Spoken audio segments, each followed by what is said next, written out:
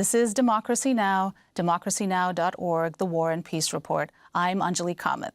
Amy Goodman will be back later this week. The U.S. Canada trade war is deepening after talks collapsed without a deal on Friday. Canadian Prime Minister Mark Carney accused the Trump administration of issuing demands that would compromise Canada's sovereignty and undermine key industries. On Saturday, Trump slapped 50% tariffs on around $20 billion worth of imports from Canada. Carney then announced retaliatory tariffs on $20 billion of U.S. products beginning September 8th. Carney spoke on Saturday. We've been under no illusions. We recognized from the start that America has changed. Early last year in this room, I observed that the decades-long process of steadily increasing integration between our economies was over. Our government understood before many that America would transform all of its commercial relationships, that it would put a series of tariffs on its closest allies and use economic integration as a weapon. We recognize that sometimes its signature was written in pencil. The gap between partnership and competitor, unfortunately, has remained too wide in recent days. So last evening, I instructed our negotiators to return to Ottawa. We cannot accept what they've offered, and we will not give what they've asked. Canadian Prime Minister Mark Carney took questions from reporters after his address. Why does it feel like today Mark Carney is going to war? Trade war. The tone. Because we were attacked. Like you're at war when you get attacked. We got attacked. The U.S. put 50%. We waited until the United States decided to actually implement these so-called 338 tariffs. That's fine. President Trump responded online, writing, quote, "Canada wants the benefits of being a state without being one. They've also charged our great farmers for many years massive amounts of tariffs. No more," end quote. U.S. Transportation Secretary Sean Duffy appeared Sunday on Fox News. We're great trading partners, right? But Canada gets the benefit of trading with the U.S. way more than the U.S. gets the benefit of trading with Canada.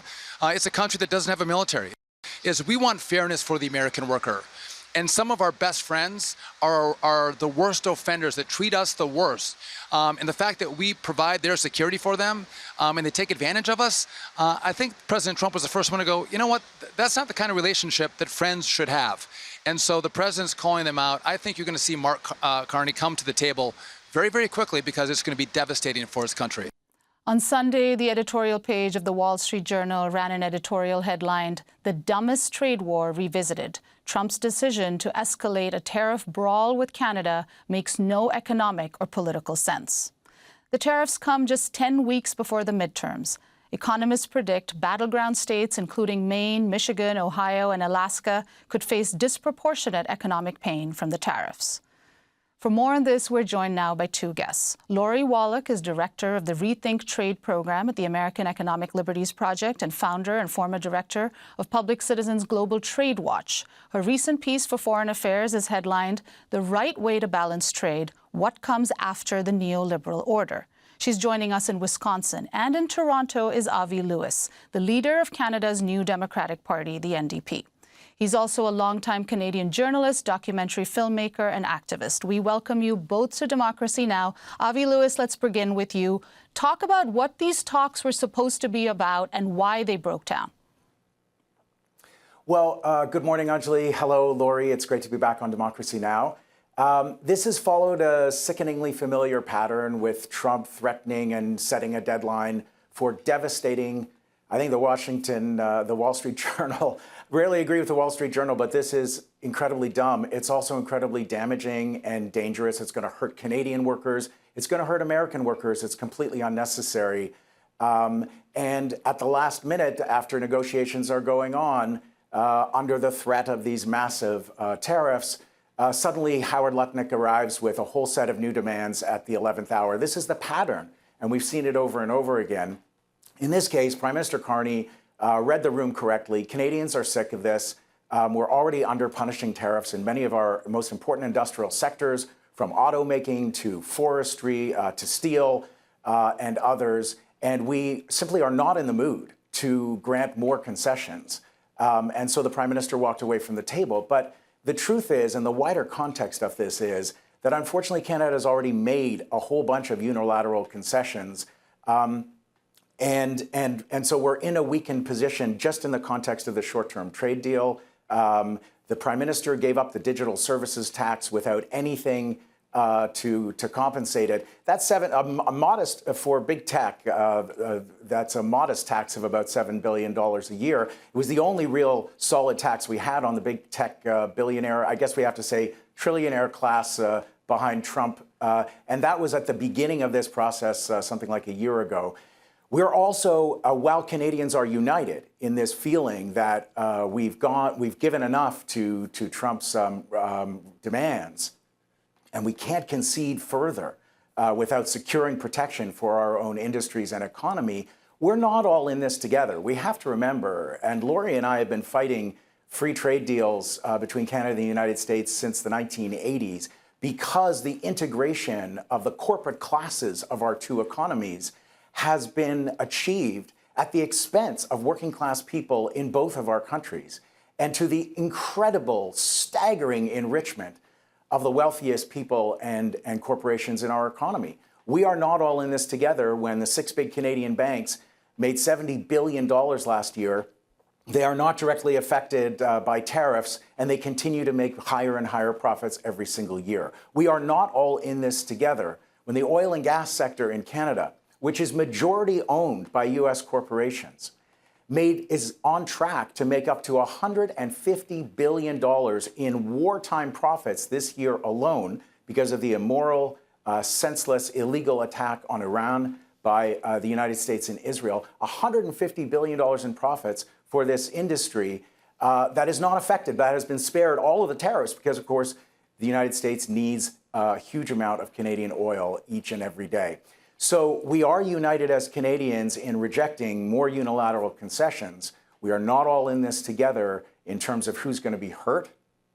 And we need to build an independent Canadian economy. Mark Carney has had well over a year to get started on that project. He has announced big plans like buying the oil industry a new pipeline for $40, $50, $60 billion of public money, like major projects that suspend Indigenous rights and environmental protections in favor of largely foreign corporations coming in and buying more of our resources. He's having an investment summit on September 12th in Toronto to invite BlackRock and Blackstone and JP Morgan. And the Prime Minister has mused about selling our airports and our ports and privatizing more of our economy to the benefit of foreign investors. So we need a Made in Canada plan to develop our autonomy and double down on the things that unite us as Canadians, like our embattled healthcare system, which is also being privatized these days.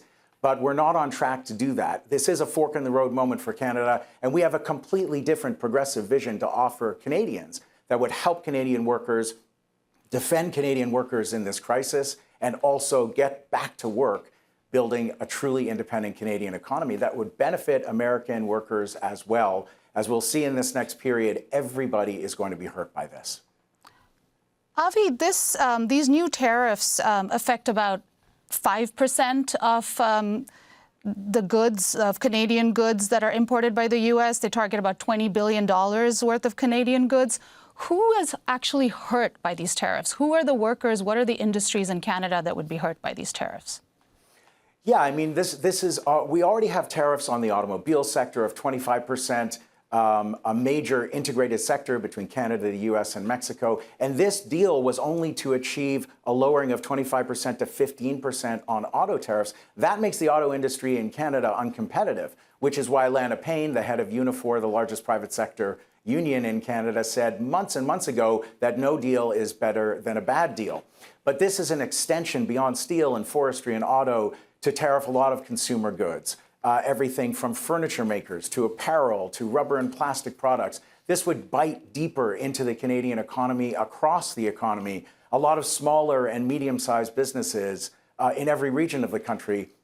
But again, it's not all equally apportioned. It's always certain sectors and certain regions which are hurt the worst. In this case, my province of British Columbia would be most affected by this latest round of tariffs. Ontario and Quebec The largest economic provinces in our country would also be severely damaged by this. And don't forget that it's Americans who pay these tariffs, and it's American workers who are also affected. It's the cost of living emergency in Canada and the United States, where food prices, where rent, and the cost of putting a roof over your head, and all of the costs of living are going up and up and up in a period where people are really suffering. So, you know, there are corporate players who will make out fine, but it is the working class people of our continent who are going to be hurt. This may not be the huge proportion of Canadian exports to the United States in one of the biggest trading relationships on planet Earth between our two countries, but this is a deepening of an attack on Canada and on the American working class, which has been going on since Trump was elected for the second time.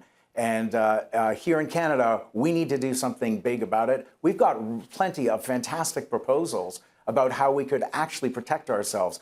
In the short term, we have an unemployment insurance program in Canada that only covers 1 out of 3 workers that pay into it, and it only gives you a little more than half of your previous wage or salary when you get laid off. It's hard to qualify for. It takes too long to kick in. We need immediate reforms to our employment insurance system to cover people with more support faster and to cover way more workers in our economy. Those are sort of the short-term things. We need emergency assistance for the sectors that are worst hit by this. Again, manufacturing, wood products, apparel and furniture and others. But we also need a bigger plan to actually Trump-proof the Canadian economy. We could do things when we are making major investments of public dollars in oil pipelines. We could use that money instead to build an east-west electricity grid, double down on renewable energy, which is energy independence forever, because the inputs for renewable energy are always free, unlike oil and gas and coal.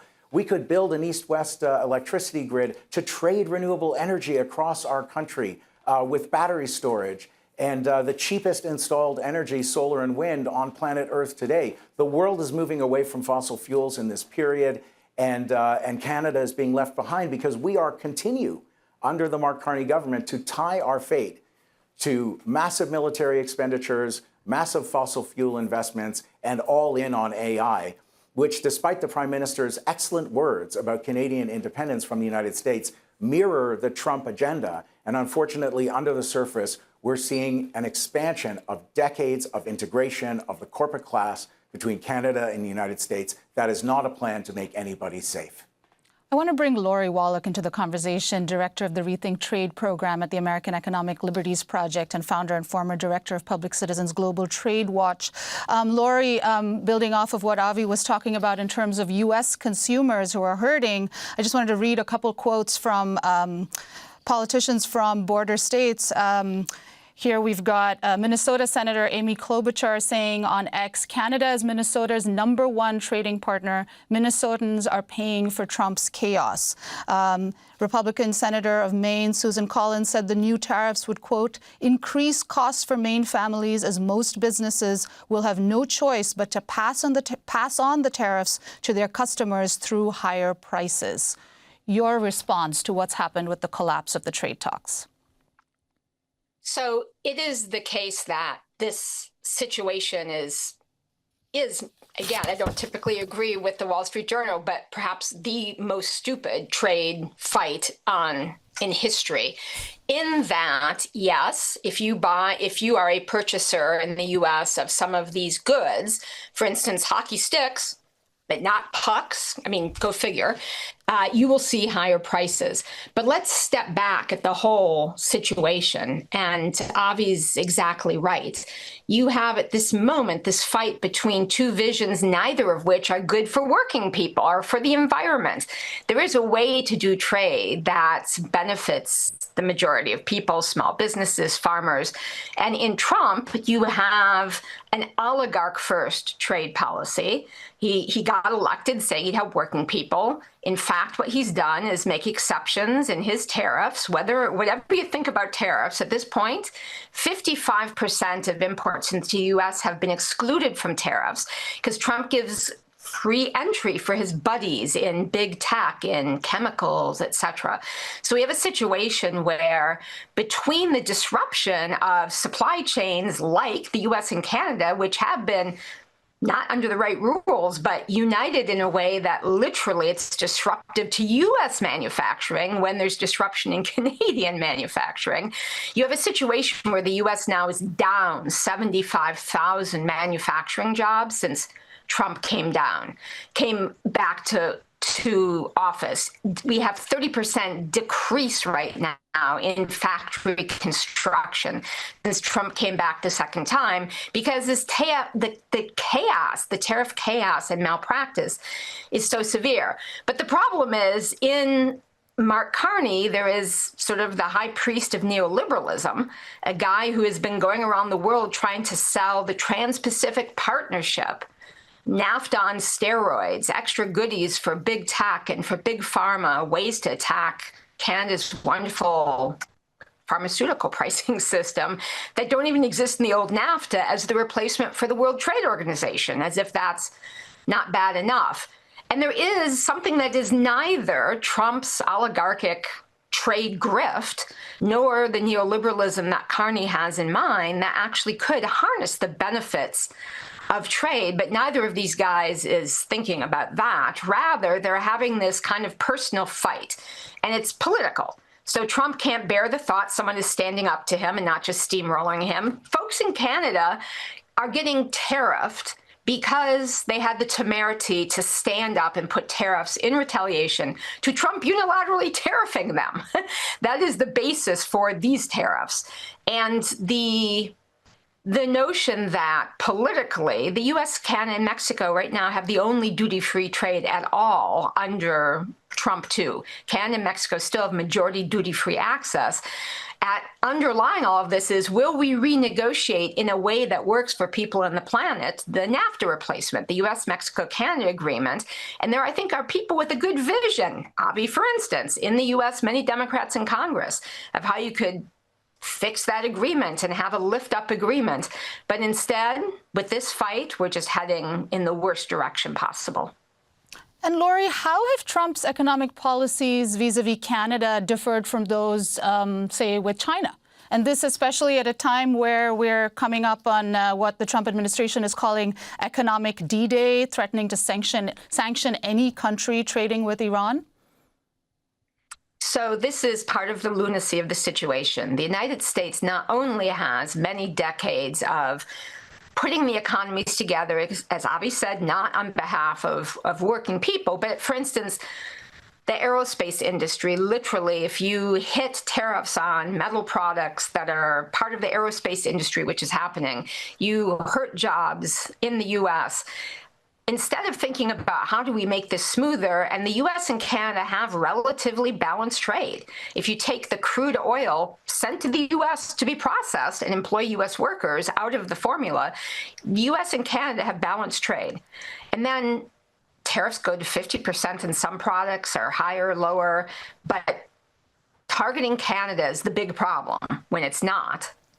Rather, it's a partner and has balanced trade. Versus in China, China is the source of a ginormous trade deficit with the U.S., but not exclusively with the world.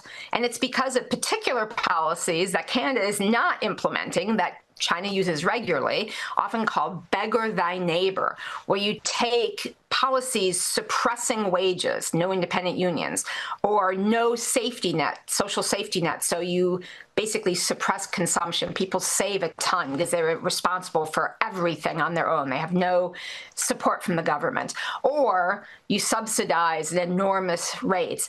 All of those interventions mean China is exporting an enormous amount. It's not just hitting the U.S. At this point, countries that were the emerging trade countries, countries like Mexico, like India, like Brazil, are going into trade deficits and are being deindustrialized because of this behavior in China. Trump has cut the tariffs. He feels some friendship with the authoritarian leader of China. And so he and Premier Xi have had many a happy meeting where they cut tariffs with China, the cause of the trade deficit. And here we have 50% tariffs on Canada. It is, I would say, something that is more like middle school or childhood playground battles between Carney and Trump as compared to anything that makes economic sense or geopolitical sense. Thanks for watching Democracy Now! On YouTube. Subscribe to the channel and turn on notifications to make sure you never miss a video. And for more of our audience-supported journalism, go to democracynow.org, where you can download our news app, sign up for our newsletter, subscribe to the daily podcast, and so much more.